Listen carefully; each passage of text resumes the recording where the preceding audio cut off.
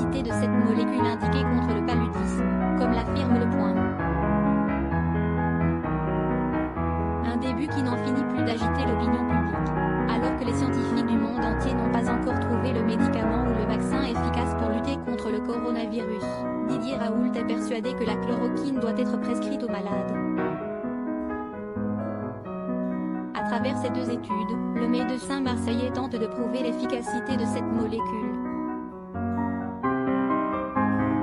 Une hypothèse pourtant contestée par de nombreux scientifiques. Pour sa deuxième étude, dévoilée ce vendredi 27 mars sur Internet, Didier Raoult, qui aurait rencontré Emmanuel Macron à l'Élysée, a constitué un échantillon de 80 patients.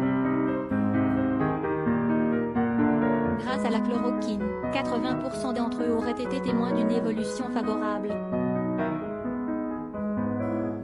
Nos deux articles publiés ce soir permettent de continuer à démontrer. Il y a un espace en trop. 1. L'efficacité de notre protocole, sur 80 patients. 2.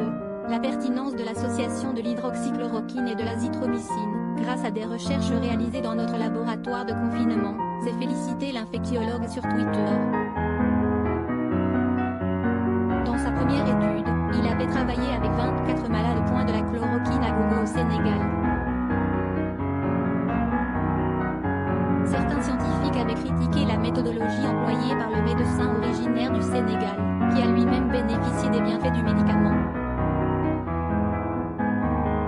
Le scientifique qui vit en France depuis ses 10 ans a avalé de la chloroquine à gogo quand il était en Afrique afin de se protéger du paludisme, révèlent nos confrères du Point.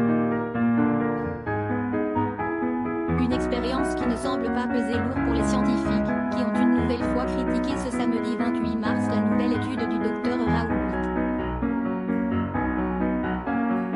Ils regrettent par exemple l'absence d'un gros contrôle des patients à qui on administre la chloroquine. Il serait alors très difficile de prouver que le médicament est à l'origine de l'amélioration de l'état de santé des personnes infectées.